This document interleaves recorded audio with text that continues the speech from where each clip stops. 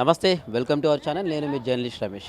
ఏదైతే మూసీ సుందరీకరణ లేదా పునరుజ్జీవం అంటూ పెద్ద ఒక చర్చనీయాంశంగా మారిన విషయం అందరికీ తెలిసిందే. దాని పరివాహక ప్రాంతంలో ఉన్న ఇళ్లను కూడా ప్రభుత్వం ఏదైతే ఆక్రమణ లేదా దాని సుందరీకరణ భాగంలో వాటన్నిటిని కూడా ఖాళీ చేస్తున్న పరిస్థితి. అయితే మూసీ సుందరీకరణ మీద భారీ ఎత్తున చర్చ నడుస్తున్నప్పటికీ ఆ మూసీ నుంచి ప్రధానమైన బాధితులు ఏదైతే కాలుష్యం వల్ల ప్రధానమైన బాధితులు ఉన్నారో వాళ్ళు ఇవాళ గోసపడుతున్న పరిస్థితి ఉంది. అయితే దాంతో ఆ విషయంపై మనతో మాట్లాడడానికి చౌటుప్పల్ మండలం నుంచి ఒక రైతు ఉన్నారు. అసలు ఏంటి మూసీ నది కలుషితము రైతులపై ఏ విధంగా ప్రభావితం చూపిస్తుంది, అలాగే దానికి కారణాలైన ప్రస్తుత ప్రభుత్వం ఏ విధంగా స్పందించాలని వాళ్ళు కోరుతున్నారు, అవన్నీ కూడా తెలుసుకుందాం. అన్న నమస్తే, మీ పేరు, మీ ఏరియా ఒకసారి? నా పేరు జాల మల్లేష్ యాదవ్, ఎక్స్ సర్పంచ్, ఆరగూడెం, చౌటుప్పల్ మండల్, యాదాద్రి డిస్టిక్. మాకు పై భాగంలో దివీస్ కంపెనీ అని ఒకటి ఉంది. 30 సంవత్సరాలు అయింది ఆ కంపెనీ ఏర్పడి.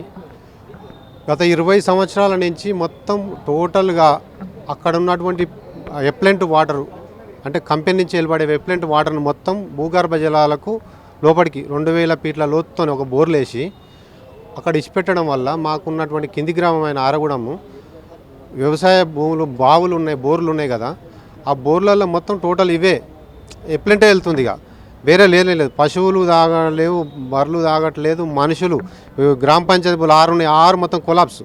అసలు నీకు నీళ్లు తాగే పరిస్థితి లేకపోతే ఒక 3 కిలోమీటర్ల దూరం నుంచి ఒక వాగు దగ్గర వేయించుకొని అక్కడ తీసుకొచ్చి నీళ్లు దాపుతున్నాం. ఈ పరిస్థితి ఉంది. ఇప్పుడున్నటువంటి రైతులు వ్యవసాయం చేసుకోవాలి కదా, వాళ్ళ పశువులు ఉన్నాయి. ఆ పశువులకు వేరే ఊర్ల నుంచి ట్యాంకర్ల ద్వారా తెచ్చుకొని వారానికి ఒక ట్యాంకరు 2000 రూపాయలు ఒక ట్యాంకర్కు ఇట్లా పోసుకొని బతురు. దీని మీద ఎన్నోసారి కంప్లైంట్ ఇచ్చినాం. ఏది నల్గొండ పీసీ వాళ్ళకు. వాళ్ళు ఇస్తే ఏం చేస్తారు, వస్తారు, వాటర్ శాంపిల్ తీస్తారు, చెక్ చేస్తామని పోతారు, చెక్ వస్తున్నారు.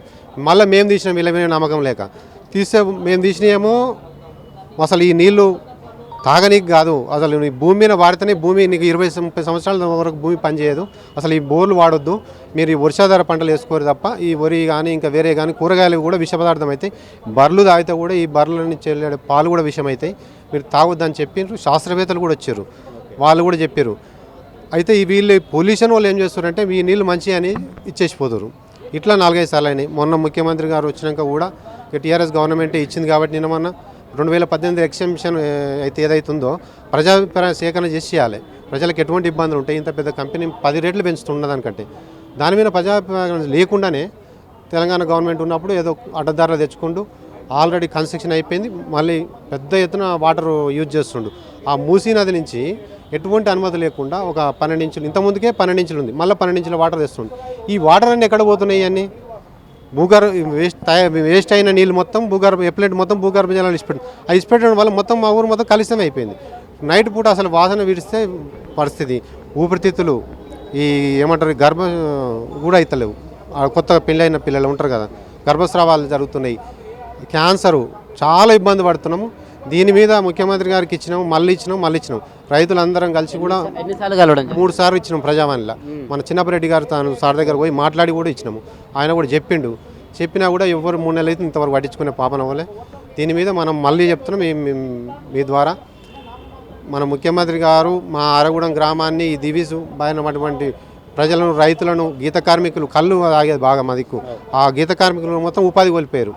దీని మీద నష్టపరిహారం ఇచ్చి కనీసం ఇప్పుడు ఇన్నేళ్ళ ఎందుకు కంపెనీ పెట్టి తెలంగాణ నుంచి వచ్చిన ఒక ఉద్యోగి కూడా లేడు అందులో. మా ఊర్లో నుంచి ఒక ఉద్యోగం కూడా పెట్టుకోవాలి వాడిని, అటువంటి పరిస్థితి వాళ్ళది. దాన్ని కంపెనీ ఇక్కడి నుంచి తీసేసి వేరే దగ్గర ఇక్కడ అటవీ ప్రాంతాలను పెట్టుకోవాల్సిన బాధ్యత ముఖ్యమంత్రి గారు తెలియజేసుకుంటున్నాం.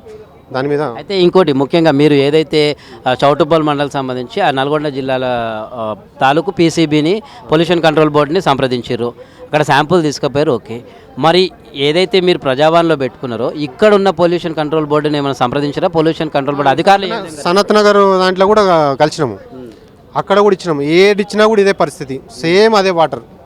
వాళ్ళు ఇచ్చే షాంపీలు మంచిగానే వస్తున్నాయి, మేము తెప్పించినాయి అసలు ఎక్కరామని వస్తున్నాయి. అగ్రికల్చర్ వాళ్ళు కూడా ఎక్కరామని ఇచ్చేసారు, ఈ భూమిలో మీరు వాడకూరని చెప్పేసారు. పశువులో ఇప్పుడు డాక్టర్ ఉంది కదా, ఇది తాగితే నీకు బర్రెలకు కూడా ఇది జరగదు, గర్భధారణ జరుగుతుంది, మీరు ఆ నీళ్ళు దాపకండి అని చెప్పిండు.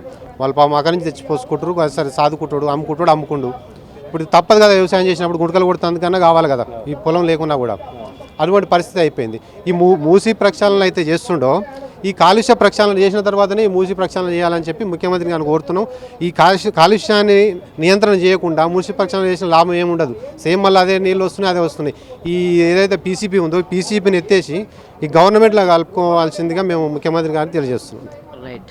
ఏదైతే ఇది అటు పొల్యూషన్ కంట్రోల్ బోర్డు నుంచి ఎటువంటి సమాచారం కూడా నాణ్యత లేని సమాచారం అనమాట. ఎందుకంటే వస్తున్నారు అధికారులు, శాంపుల్స్ తీసుకుంటున్నారు అక్కడ నీళ్ళలోని, కానీ అవి బాగున్నాయని వాళ్ళు చెప్తుంటే అది వ్యవసాయ అధికారులు లేదా ఇతర శాస్త్రవేత్తలు మాత్రం ఈ నీళ్లు దేనికి పనికిరావు, ముందుగా మీరు ఏదైతే వ్యవసాయం చేయాలనుకుంటున్నారో దాన్ని వర్షాధారంలో మాత్రమే చేయాలని అధికారులు సూచిస్తున్నారని చెప్పేసి కూడా రైతులు వాపోతున్నారు.